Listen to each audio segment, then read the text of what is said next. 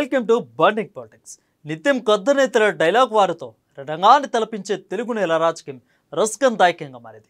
సై అంటే సై అనే రేంజ్లో ఉన్న పొలిటికల్ దంగలపై ఓ లుక్ ఇద్దాం.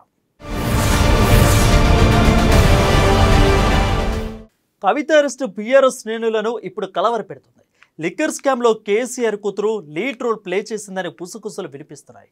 ఇప్పటికే అసెంబ్లీ ఎన్నికల్లో ఓటమిలో డీలా పడిన కార్ పాస్ బిడ్డ అరెస్టుతో దిక్కుతోచని పరిస్థితిలో పడ్డారు. ఓవైపు పార్లమెంట్ ఎన్నికల్లో సత్తా చాటాలని భావిస్తుండగానే లిక్కర్ కిక్కు దెబ్బకు అప్ప అంటున్నారట. మూలిగే నక్క మీద తాటిపండు పడ్డట్టు ఇప్పటికే ఓటమి బాధలు ఉన్న కేసీఆర్కు తాజా పరిణామాలతో ఏం చేయాలో దిక్కుతోచడం లేదని తెలుస్తుంది. దీనికి తోడు టీఆర్ఎస్ను బీఆర్ఎస్గా మార్చడంతోనే కారుకు ప్రమాదానికి గురి చేసిందని గులాబీ రెక్కలు గుసగుసలాడుతున్నాయి. కవిత అరెస్టుతో కన్ఫ్యూజన్లో బీఆర్ఎస్ కేడర్. లిక్కర్ స్కామ్లో కీలకంగా మారిన కవిత పేరు. బీఆర్ఎస్ ను భయపెడుతున్న కాళేశ్వరం కరడిపై దర్యాప్తులు.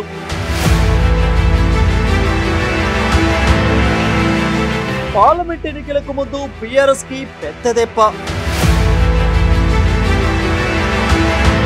కవిత అరెస్టుతో మరింత దెబ్బతిన్న బీఆర్ఎస్ ఆత్మస్థైర్యం.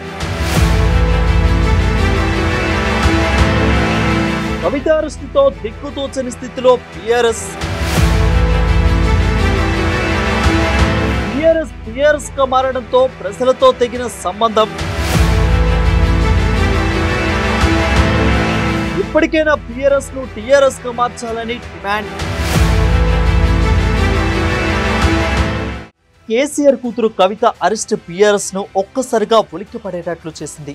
కవిత అరెస్టుకు వ్యతిరేకంగా జనంలో ఎటువంటి స్పందన కనిపించకపోవడం ఆ పార్టీ నాయకత్వాన్నే కాదు, పార్టీ శ్రేణులను కూడా కలవరపరుస్తుంది. అన్నిటికి మించి తెలంగాణ సమాజం కవిత అరెస్టును ఒక సాధారణ విషయంగానే పరిగణించడం. ఇంకా స్పష్టంగా చెప్పాలంటే ఇప్పటికీ ఆమె అరెస్టు ఆలస్యమైందన్న భావన వ్యక్తం కావడంతో ఆమె అవినీతికి పాల్పడిందనే విషయాన్ని జనం నమ్ముతున్నారా అన్న అనుమానాలు కూడా తావిచ్చింది.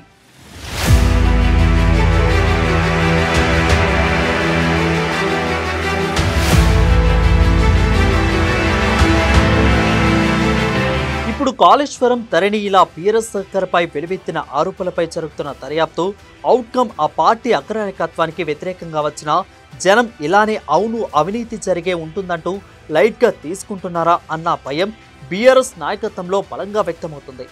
ఈ పరిస్థితి అసలు ఇటీవల అసెంబ్లీ ఎన్నికల ఓటమితో తీవ్ర ఒత్తిడిలో ఉన్న కేసీఆర్ అనుకోను మరింత ఒత్తిడికి లోను చేస్తుందనడంలో సందేహం లేదు. అన్నిటికీ మించి కేడర్లో పార్టీ నాయకత్వంపై విశ్వాసాన్ని తగ్గిస్తుందని పరిశీలకులు విశ్లేషిస్తున్నారు.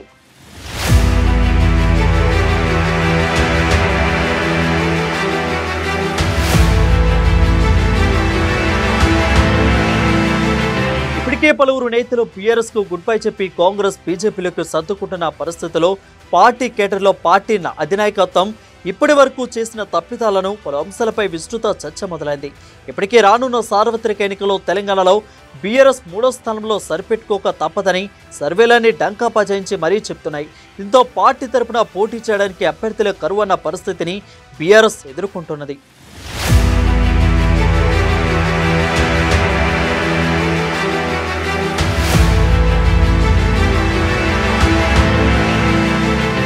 గతంలో పార్టీ అధినాయకత్వం దర్శనం కోసం ప్రతిభవన్ గేట్లు ముందు పడిగాపులు కాచిన నాయకులు ఇప్పుడు అధినాయకత్వం ఒకసారి కలవండని బతమలాడుతున్నా రావడానికి సముఖత చూపడం లేదు. ఇటువంటి తరుణంలో కవిత అరెస్టు ఆ పార్టీ ఆత్మస్థైర్యాన్ని మరింత దెబ్బతీసిందని చెప్పవచ్చు. దీంతో ఇప్పుడు లోక్సభ ఎన్నికలలో పార్టీ అభ్యర్థుల గెలుపు కోసం గెలుపు వ్యూహాలు రచించడం కంటే తన కూతురు కవితను కాపాడుకునేందుకు న్యాయ పోరాటం చేయడమే కేసీఆర్ కు ప్రథమ ప్రాధాన్యతగా మారుతుందనడంలో సందేహం లేదు.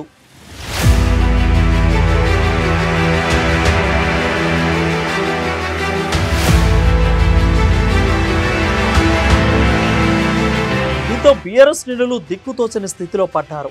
ఈ పరిస్థితికి కారణం ఏమిటన్న చర్చ మొదలైంది. ఆ చర్చలో కేసీఆర్ చేసిన తప్పులు ఇవి అంటూ కొన్ని ప్రముఖంగా తెరమీదకు వస్తున్నాయి.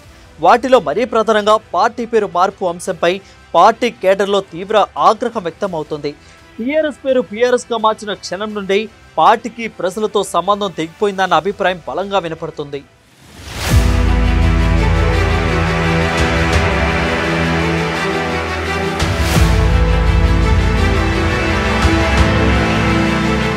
తన సొంత రాజకీయ ఆకాంక్షల కోసం పార్టీ భవిష్యత్తును పణంగా పెట్టారన్న ఆగ్రహం కేడర్లో వ్యక్తమవుతుంది.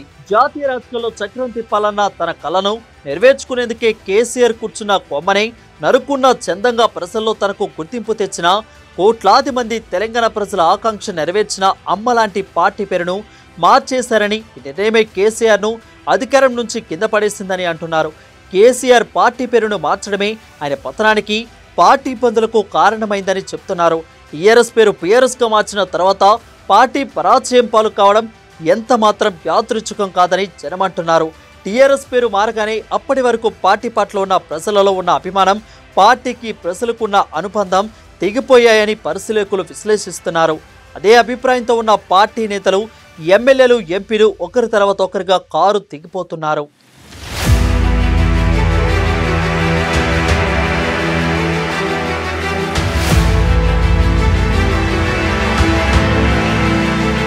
దీంతో పీఆర్ఎస్ ఉనికి కాపాడుకోగలుగుతుందా, మనుగడ సాధించగలుగుతుందా అన్న అనుమానాలు పరిశీలకుల నుంచి వ్యక్తమవుతున్నాయి. ఇప్పటికైనా పీఆర్ఎస్ పేరు తొలగించి పార్టీ పేరును తిరిగి టీఆర్ఎస్గా మార్చాలన్న డిమాండ్ పార్టీ కేడర్ నుంచి బలంగా వినిపిస్తుంది. మొత్తం మీద కనుసైగతో పార్టీని శాసించిన కేసీఆర్ ఇప్పుడు కేడర్ కన్నెర్రకు గురి కావాల్సిన పరిస్థితి వచ్చారంటే అది స్వయంకృతాపరాధమేనని పరిశీలకులు విశ్లేషిస్తున్నారు.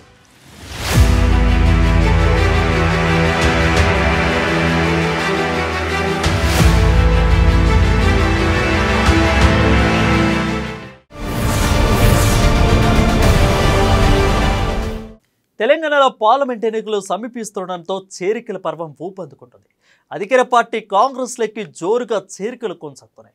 సీఎం రేవంత్ రెడ్డి చెప్పినట్లుగానే గేటు ఎత్తివేయడంతో కారు నేతలు కాంగ్రెస్ కొమ్మ వద్ద క్యూ కడుతున్నారు. ప్రజాప్రభుత్వాన్ని కూల్చుతామని కుట్రలు చేసిన వారికి వరుస చేరికలు చూస్తుంటే ఒకంత కలవరం మొదలైంది. రేవంత్ అలా చెప్పడం, కారు లీడర్లు ఇద్దరు ఇలా చేరడం జస్ట్ శాంపిల్ మాత్రమే. ముందు బొమ్మ తత్తరిల్లాల్సిందేనట. అసలు బీఆర్ఎస్ను వీడొస్తున్న ఆ 15 మంది కీలక నేతలు ఎవరు ఓసారి తెలుసుకుందాం. పార్లమెంట్ ఎన్నికల వేళ ఖాళీ అవుతున్న కారు, బీఆర్ఎస్ను కలవర పెడుతున్న జంపింగ్స్, కాంగ్రెస్ కూటికి ఎమ్మెల్యే దానం ఎంపీ రంజిత్, త్వరలో 15 మంది ఎమ్మెల్యేలు కాంగ్రెస్ కూటికి, కవిత అరెస్టుతో నిరాశలో పీఆర్ఎస్ శ్రేణులు, కవితను కాపాడుకునేందుకు కేసీఆర్, కేటీఆర్, హరీష్ ప్రయత్నాలు,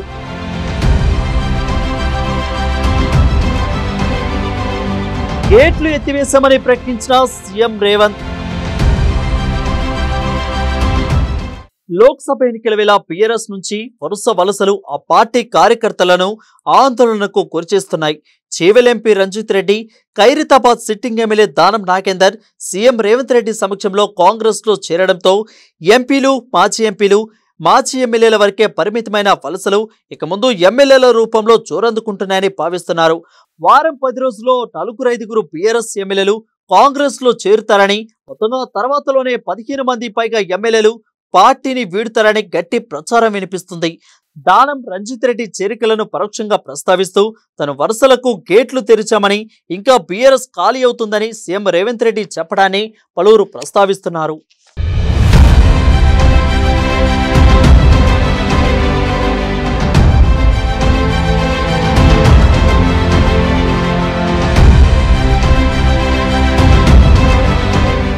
ఇన్నాళ్ళుగా పార్టీలో ఎమ్మెల్యేలుగా, ఎంపీలుగా పదవులు అనిపించిన నేతలై పార్టీని వీడుతూ ఉండడంతో తమ పరిస్థితి ఏమిటన్న గందరగోళానికి బీఆర్ఎస్ కార్యకర్తలు గురవుతున్నారు.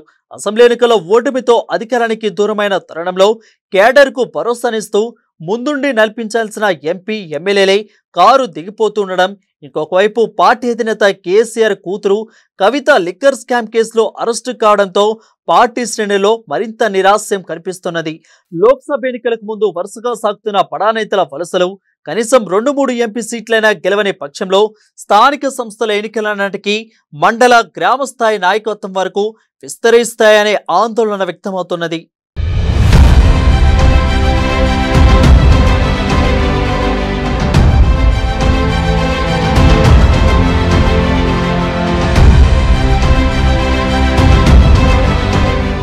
బీఆర్ఎస్ బీఆర్ఎస్ కు ప్రస్తుతం 9 మంది ఎంపీలు ఉండగా ఇప్పటికే వారిలో 5గురు గులాబీ జెండాను వదిలేశారు.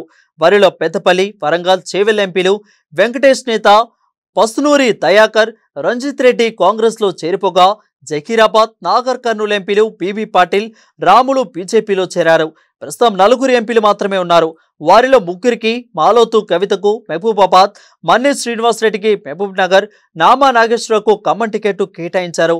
మెదక్ ఎంపీగా ఉన్న కొత్త ప్రభాకర్ రెడ్డి ఎమ్మెల్యేగా గెలిచారు. ఇకపోతే మాజీ ఎంపీలు సీతారాం నాయక్, గోడెం నగేష్, మాజీ ఎమ్మెల్యే శానంపూడి సైతిరెడ్డి, ఆరూరి రమేష్, జలగం వెంకట్రావు బీజేపీలో చేరిపోయారు. ఇక తాడికొండ రాచయ్య, పట్నం మహేందర్ రెడ్డి, పట్నం సునీతారెడ్డి, తీగల కృష్ణారెడ్డి, తీగల అనితారెడ్డి, బొంతు రామ్మోహన్, కంచెర్ల చంద్రశేఖర్ రెడ్డి కాంగ్రెస్ కూటికి చేరుకున్నారు. మాజీ ఎమ్మెల్యే పైల శేఖర్ రెడ్డి, మండలి చైర్మన్ గుత్తా సుఖేందర్ రెడ్డి కొడుకు అమిత్ రెడ్డి కూడా కాంగ్రెస్ లో చేరేందుకు సిద్ధమయ్యారని తెలుస్తోంది.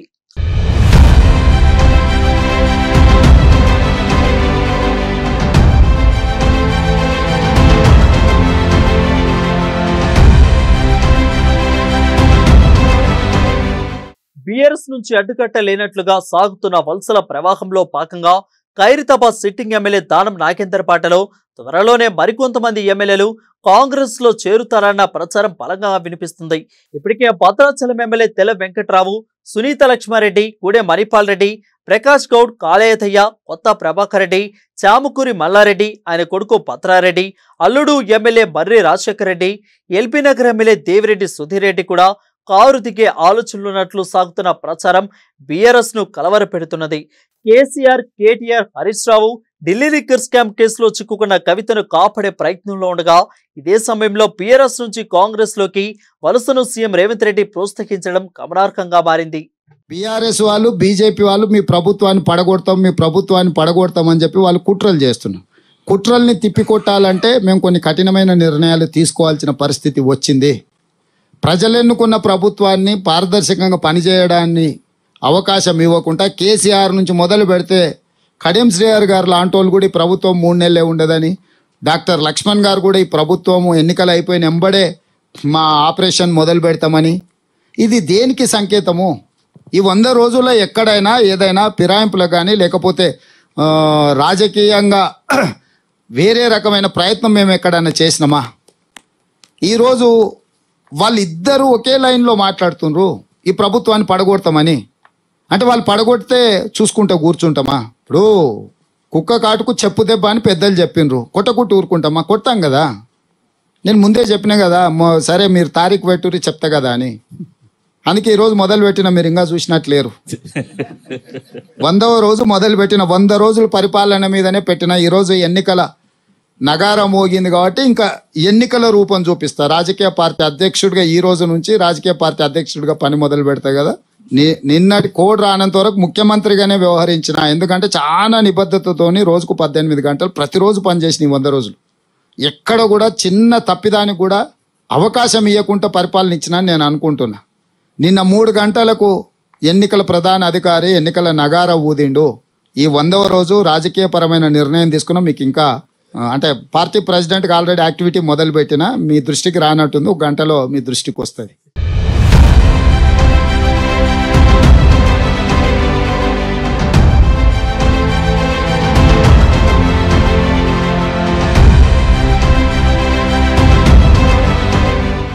ప్రభుత్వాన్ని పడగొట్టడం అంటే ఏదో పేక మీద కూల్చినట్లుగా అనుకుంటున్నారని, ప్రజల చేత ఎన్నుకోబడిన ప్రభుత్వాన్ని ఎలా పడగొడతారు? తమకు బలం లేదా? ఎమ్మెల్యేలు లేరా? తమ పథకాలు అమలు చేయడం లేదా? దేని మీద ఆరోపణలు చేస్తారు? ఏ పాయింట్ లేకపోయినా ఇలా మాట్లాడడం వారికే చెల్లుబాటు అవుతుందని అంటున్నారు. ఇలా ప్రతిపక్ష నేతల మాటలకు తగిన గుణపాఠం చెప్తామని చెప్తున్నారు.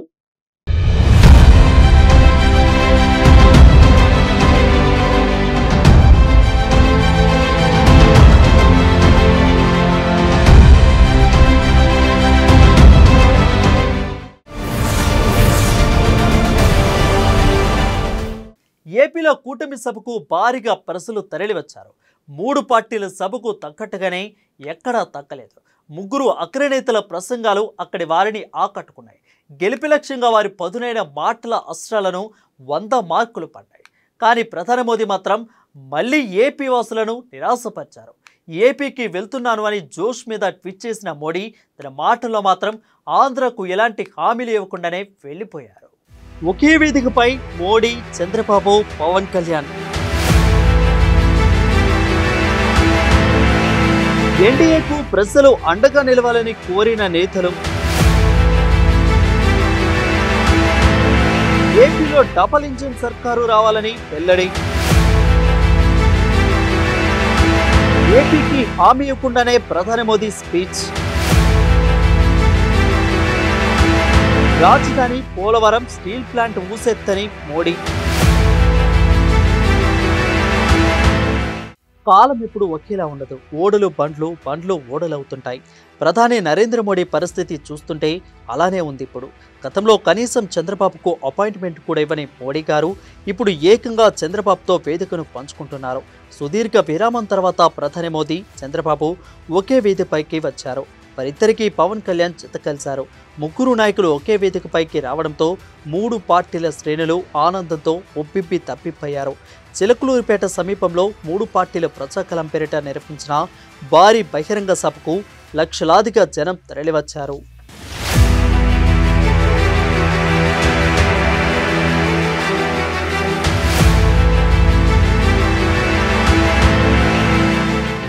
ప్రజాకలం సభలో ప్రధాని మోదీ ప్రత్యేక ఆకర్షణగా నిలిచారు. నా ఆంధ్ర కుటుంబ సభ్యులకు నమస్కారాలంటూ ప్రధాని తన ప్రసంగాన్ని ప్రారంభించారు. ఎన్డీఏకు ఓటు వేయాలని విజ్ఞప్తి చేశారు.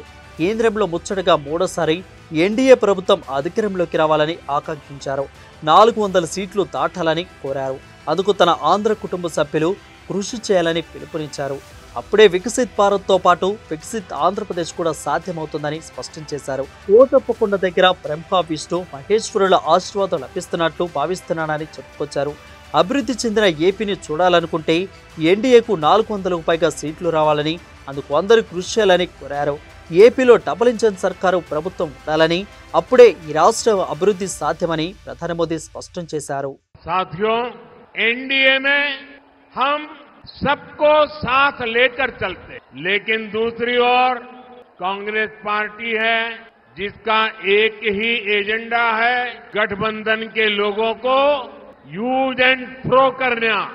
आज कांग्रेस को भले ही मजबूरी में इंडी अलायंस बनाना पड़ा हो, लेकिन इनकी सोच वही है। आप देखिए, लेफ्ट और कांग्रेस केरला में एक दूसरे को क्या कहते हैं, बंगाल में टीएमसी और लेफ्ट एक दूसरे के लिए क्या क्या बोलते हैं, पंजाब में कांग्रेस और आप एक दूसरे के लिए कैसी भाषा बोलते हैं। जो लोग चुनाव से पहले अपने फायदे के लिए ऐसे लड़ते हो, ऐसे झगड़ते हो, वो चुनाव के बाद क्या करेंगे ये आप इसका अंदाजा लगा सकते हैं।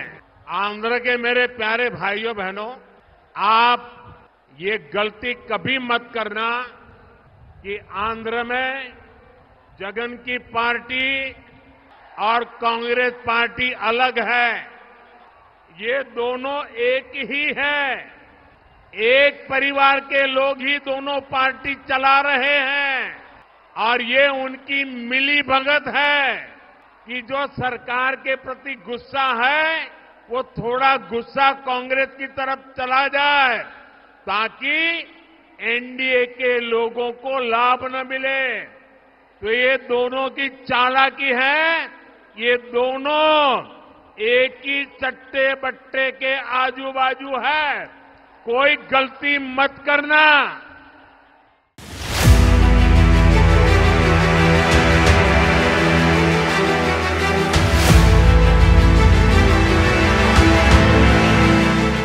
అటు చంద్రబాబు సైతం మోడీని ఆకాశానికి ఎత్తేశారు.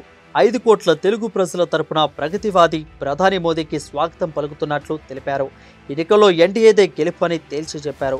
ప్రజల ఆశలను, ఆకాంక్షలను సహకారం చేసే సభగా అభివర్ణించారు. 5 ఏళ్ల జగన్ పాలనలో విధ్వంసం పెచ్చుమీరిందని, అన్ని వ్యవస్థలు దారుణంగా తయారయ్యాయని విమర్శించారు. రాబోయే ఎన్నికల్లో ప్రజల తీర్పు ఈ రాష్ట్ర భవిష్యత్తును నిర్ణయిస్తుందని తేల్చి చెప్పారు. తమ జెండాలు వేరైనా ఎజెండా ఒక్కటేనన్న విషయాన్ని గుర్తు చేసుకోవాలని అన్నారు. ప్రజల కోసం పరితపించే గుణం ఉన్న పవన్ కళ్యాణ్కు అభినందనలు తెలిపారు. ప్రధాని మోదీ వ్యక్తి కాదు, ఈ దేశానికి ఒక విశ్వగురువుగా అభివర్ణించారు. ఇద్దరు కాదు, అందరూ నష్టపోయారు. I'm requesting honourable prime minister Modiji, Andhra Pradesh has suffered the worst due to bad governance, financial mismanagement and corruption. You will be shocked to know that collectorate offices, Raitu Bazar buildings, government colleges have been mortgaged. It is a pity that even tax revenue from liquor, both present and future, have been escrowed. This is the sorry state of affairs over the last 5 years. అందుకని నేను మీ అందరి తరపున మోదీజీ గారిని request చేస్తున్నాను, మన రాష్ట్రాన్ని కాపాడుకోవాలి. సిద్ధమా? మీరందరూ అడుగుతున్నా. ప్రజలు గెలవాలి, రాష్ట్రం నిలబడాలి, మన బిడ్డలు వెలగాలి, జీవితాలు బాగుపడాలి. అందుకే ఈ పొత్తు. నరేంద్ర మోదీజీ గారి సంకల్పం గెలవడం కాదు. నిన్ననే ఎన్నికల శంఖారావం మోగింది, ప్రజల్లో ఉత్సాహం పెరిగింది. దేశంలో ఎన్డీఏకి 400+ సీట్లు వస్తాయి. అదే మరిగా ఆంధ్రప్రదేశ్లో 25కు 25 గెలిపించే బాధ్యత మీదే. సిద్ధమా అని మిమ్మల్ని అడుగుతున్నా. అది చేసి ఈ రాష్ట్ర పునర్నిర్మాణం చేసుకోవాలి.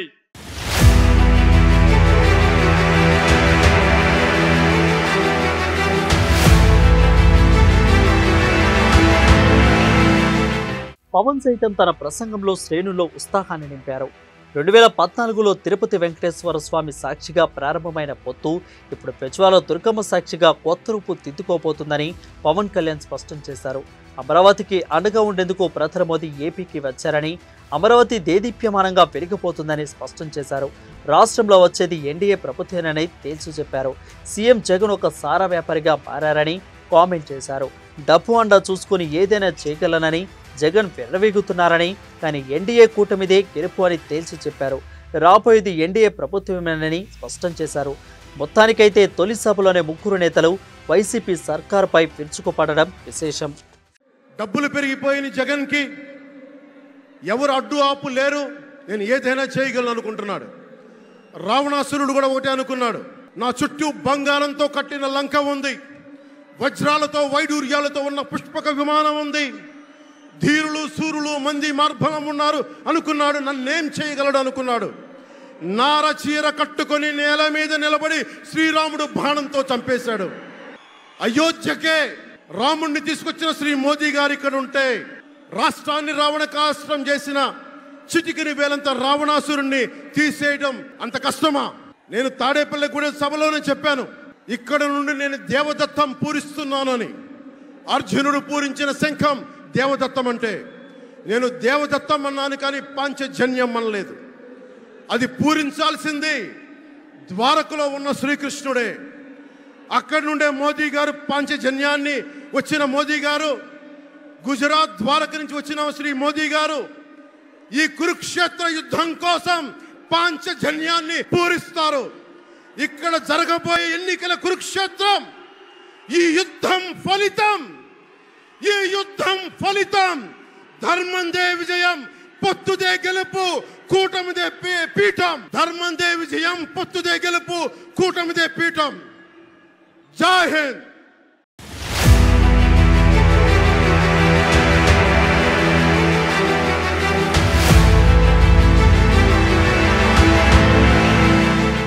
మరోవైపు ఎన్నికల వేళ ఓట్ల కోసం ఏపీకి వచ్చిన మోడీ కొన్ని కీలక అంశాల మీద స్పష్టత ఇస్తారని అంతా భావించారు. అలాగే హామీలు కూడా ఏమైనా ఇస్తారు అనుకుంటే డబుల్ ఇంజన్ సర్కారు అంటూ ఆయన రొటీన్ స్పీచ్ ఇచ్చేసి వెళ్ళిపోయారని అంటున్నారు. తెలుగుగా ఏపీ విభజన సమస్యలను పట్టించుకోలేదు, రాజధాని ఊసేలేదు, పోలవరం మాట ఎత్తనే లేదు, విశాఖ స్టీల్ ప్లాంట్ ని ప్రైవేటు పరంపై ఓ పలుకు లేదు. మోడీ స్పీచ్ ఎఫెక్ట్ గా లేదని కామెంట్స్ వస్తున్నాయి. ఎన్నికల వేళ మరోసారి ప్రధాని అవుదామని చూస్తున్న మోడీ ఏపీకి కీలక హామీలు కొన్ని అయినా వస్తే కూటమి సభ సక్సెస్ అయినట్లుగా భావించుకోవాల్సి ఉందని, కానీ అలా జరగలేదని అంటున్నారు విశ్లేషకులు. ఇక ఈ సభ ద్వారా కూటమి ఎన్నికల ప్రచారానికి శుభారంభం చేద్దామని చూసిన ఆ జోష్ అయితే కనిపించలేదని అంటున్నారు. ఏపీకి వచ్చిన ప్రధాని ఎన్నికల వేళ కూడా ఎంతో చేశామని చెప్పుకుంటూ పోతున్నారు తప్ప ప్రజలు ఆశించిన స్థాయిలో అయితే ఆయన ప్రసంగం లేదని పెదవి విరుస్తున్నారు.